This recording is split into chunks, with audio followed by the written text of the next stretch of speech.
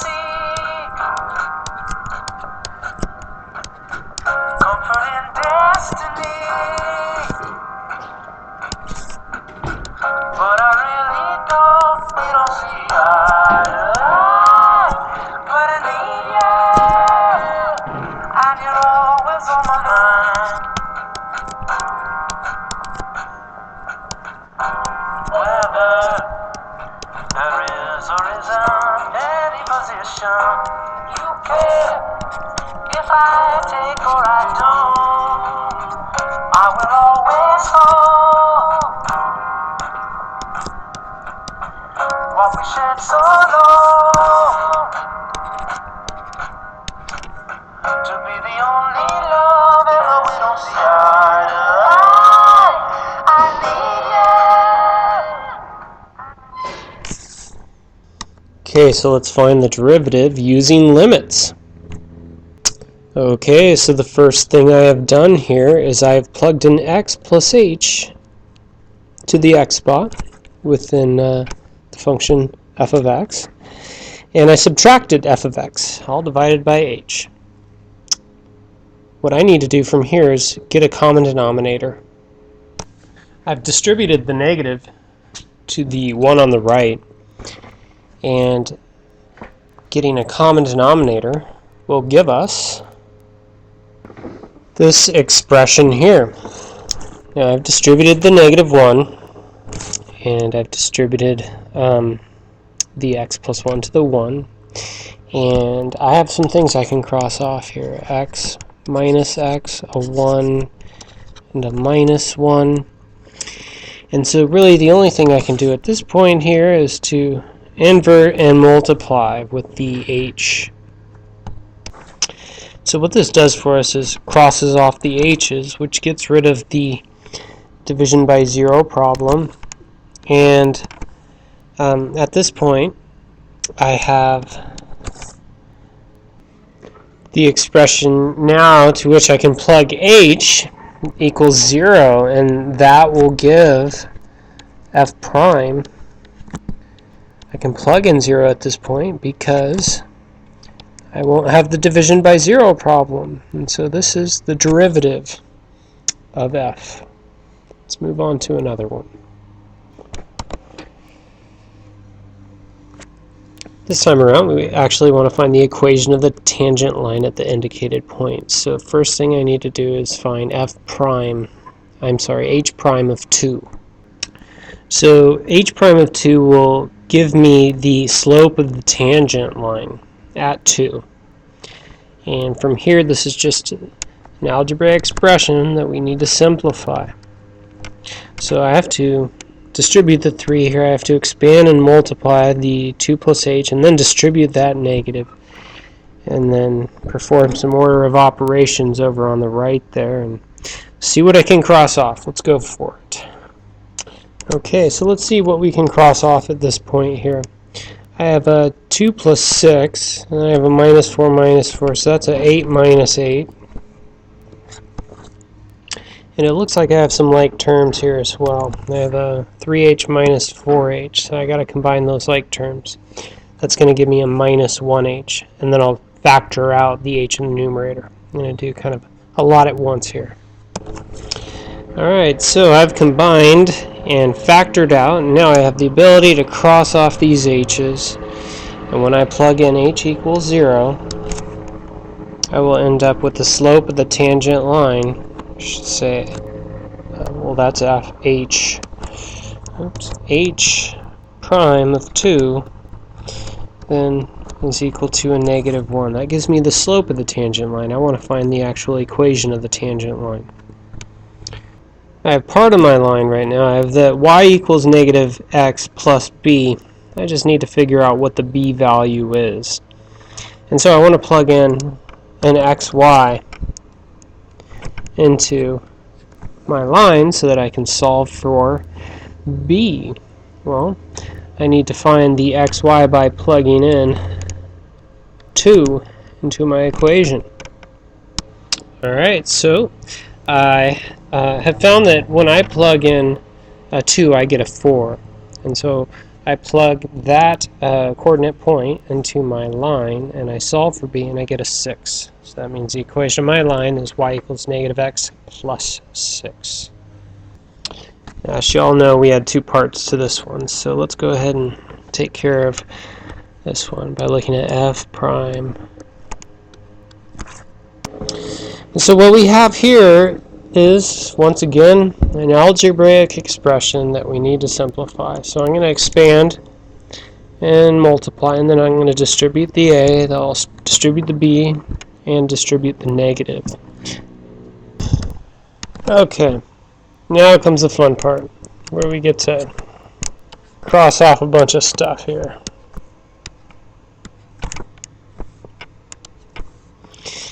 And now I'm left with an expression in the numerator where I can factor out an h. And that eliminates the h's there, gets rid of our division by 0 problem, and now we can say that f prime of x is equal to, after I plug in 0, we're left with a 2ax plus b. Alright, next one.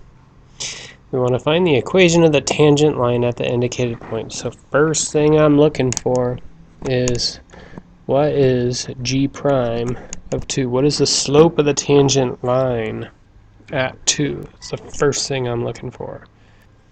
Okay, so I've plugged in 2 plus h into my x spot, and I've plugged in 2 into my x spot. And now I just have an expression I need to simplify. Well, I can add those 2's up, right? So I'll have an h plus 2 under one root, and then I'll have the square root of 4, which is 2. So let's go ahead and simplify that. And so now at this point I'm like, oh no, what do I do?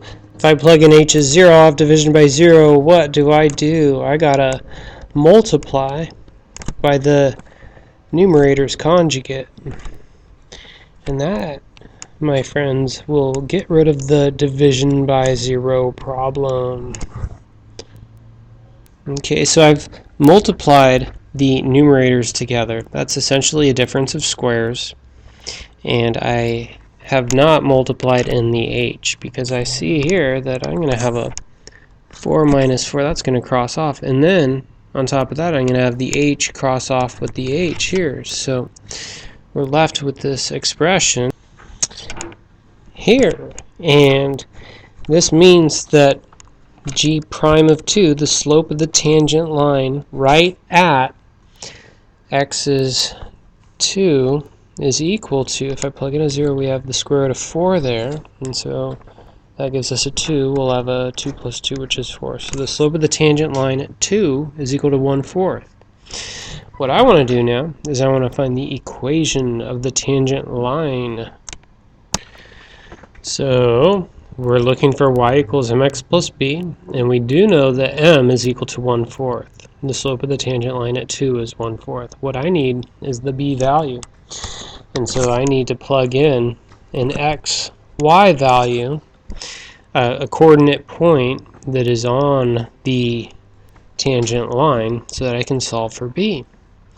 And I'm going to find that out by plugging in 2 into the original equation. When I plug in 2, I have the square root of 4, which is 2. So when x is 2, y is 2. Okay, so that gives us the equation of the tangent line, which is y equals 1/4 x plus 3 over 2. So one thing I forgot to do on the previous problem is check my work. How the heck would I check my work here? I could plug in our tangent line along with our graph, and I would see that the equation of the tangent line will simply just graze the graph at one point, which is at 2. Let's go ahead and look at that. Okay, so I've plugged in to y equals, and I want to look at my graph. So once again, I have the function and the equation of the tangent line at 2. So if I hit graph here, that's not a very good window, is it? But we see that we are just grazing right at 2, so I'm feeling pretty confident about what I've found so far. So there's another picture.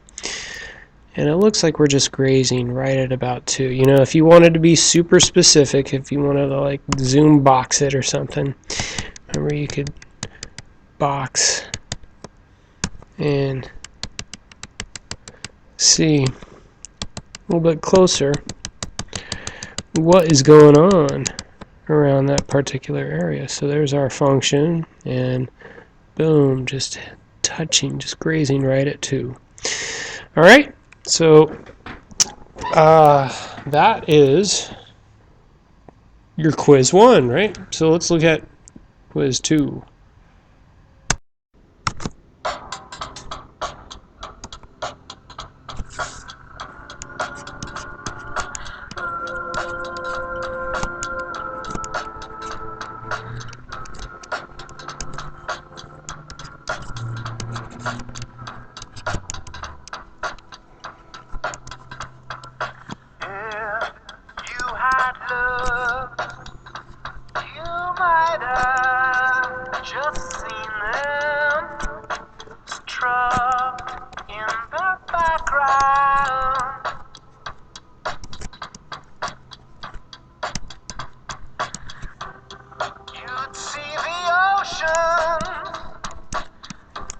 Swell and the mountains shook.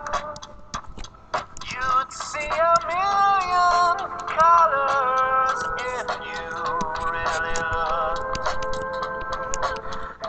Now quick the night draws near, the curtain spreads quicker, the safe is on, but the gun has no trigger.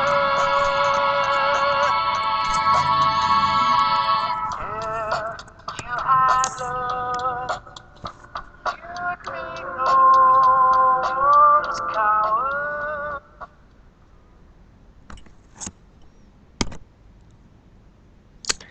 Let's go ahead and get started on finding the area under this curve, f of x equals 2x minus x squared. We're going from 0 to 2, looking at 4 subintervals. All right, well, let's go ahead and get started with A, the graph. Okie dokie, I know that the graph looks like this because I found the x-intercepts, and I can use negative b over 2a to determine what the vertex of the parabola is, or I can know that, well, right in between 0 and 2 is 1, which is the axis of symmetry, so plug in 1, and that gives me the coordinate point of the vertex. So here we have part A. Now we need to find B and C.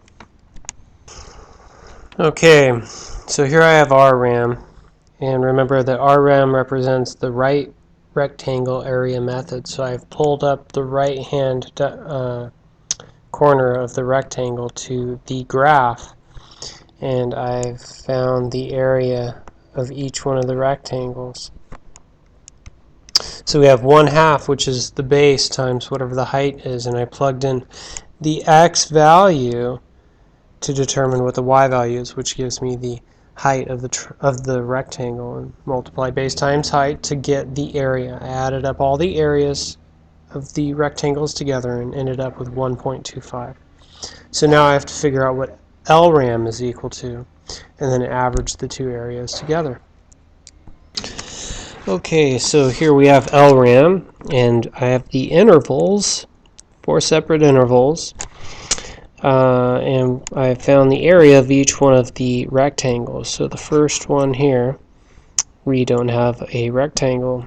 Second one here, we pulled up the left-hand corner of the rectangle, got an area of 3/8, pulled up the left-hand corner of the rectangle to that, and we got an area of 1/2, and then last one here we got an area of 3/8. So we add them up, and we get 1.25. Well, that's the same thing as RRAM.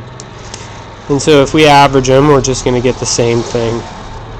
All right, let's move on to the next problem. We want to find the integral by computing the area.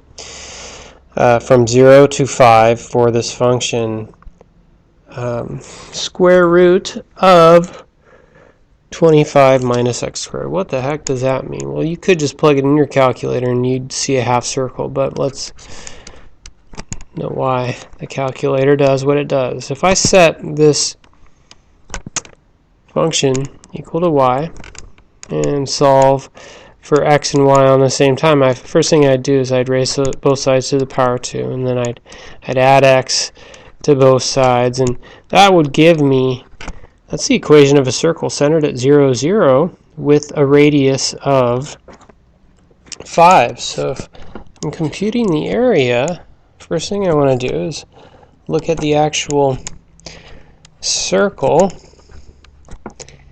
and I'm not pausing it this time, so sorry to make you watch me do the drawing here. Here's the circle centered at 0, 0. And we want to find the area of the circle from 0 to 5, which means we're just looking at this particular area, right? And so that means we're going to find the area of the circle, which is pi r squared, so that's a 25 pi, and then we cut it into fourths. And that's the area from 0 to 5. Alright, so the next one we want to do is we want to find the area from 0 to pi for sine x plus 3, and then we want to find the area from negative 2 pi to pi for sine x plus 3. And once again, we see that in the directions it says it can be shown that the area enclosed between the x-axis and one arch of the sine curve is 2. So I'm going to draw a picture for us here. I will pause this time. Okay, so we have this graph here, and thankfully we have the same thing within the parentheses, so I could just tackle this all with just one standing graph. And I want to find the area from 0 to pi, and I find that area from 0 to pi like so. That area is 2, and this area here, this rectangle, the area of this particular region is going to be the length times the height, and the height is 3, the length is pi, so we have a 3 pi there. I also want to find the area from negative 2 pi to pi, so I'm going to find this area here, which once again is 2, and this area here, which once again is 3 pi, and so I have to add all this together, which gives me a 6 pi plus 4, which is the area added up. Okay, so we want to find the integral, assuming that k is a number between 0 and 5. Alright, so we know we have this line that goes through right at 2, and our slope is up 5 and over 1. So we have this line. Well, that's a bad line, huh? This line. That's a bad line too. We have this line like so, and it's kind of difficult because we know that we're finding the area all the way to 5.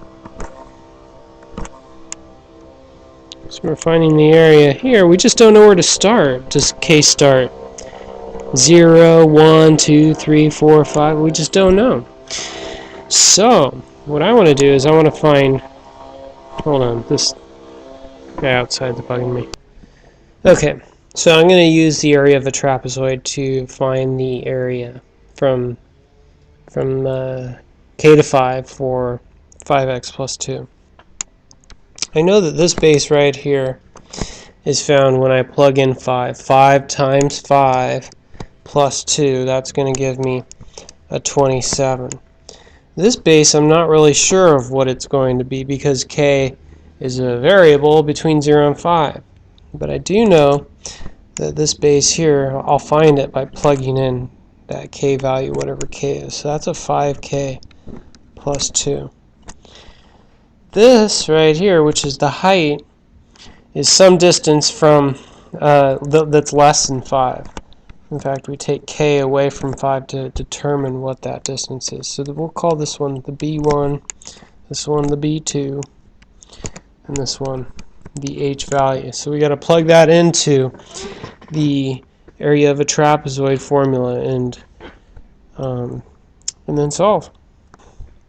Alright, so I started up there at the top by writing the area of a trapezoid. I plugged in, I added b1 and b2 in my head, and then I multiplied, and then voila, there we have the area. Whatever k happens to be, we just plug it in and it tells us the area. Let's move on. Alright, we want to find the limit algebraically. So the thing about this problem here is that if we were to plug in 3, we would have a division by 0 problem. And so we need to solve this, simplify this algebraically, which is pretty easy to do. And goodness, Mr. Reinheimer, why didn't you push pause? So sorry, forgive me. And now we don't have the division by 0 problem. We can plug in 3, and that gives us 6 over 8, which is going to reduce to 3 over 4. So the limit as x approaches 3 is 3 over 4. We have a hole in our graph at 3, but if we were to actually visualize this on a graph, we would see that we do approach this point, this y value of 3 over 4, even though there is a hole right at x equals 3. Alright, I'm running out of time here. Okay, so on this one here, we need to use the fact that the limit Sx goes to 0 of sine x over x is equal to 1, along with the limit properties to find the limit. Show the work. Okay, so we have the limit Sx goes to 0 of x plus sine x over 2x. So let's use some algebra to break this apart. Okay, so the first thing I did is I broke apart. So we have x over 2x plus sine x over 2x. You know, that's going to give us x plus sine x over 2x if we add it up. And then from there, using the properties of limits, I broke apart with 2 limits in this next step here. And then after that, I actually pulled the 1/2 in front of the limit Sx goes to 0, which is another property. And at this point here, I have a x over x here, which just is going to give us a 1. And then I have plus 1/2 times. Remember, the limit Sx goes to 0 of sine x over x is 1. And so we are left with a 1/2 plus 1/2, which is just equal to a 1. Alright, next one here, we're going to look at the graph. Okay, so here I have my graph, and this first problem says the limit Sx goes to 2 from the left-hand side. So as x goes to 2 from the left-hand side, our y value goes down to negative infinity. That's A.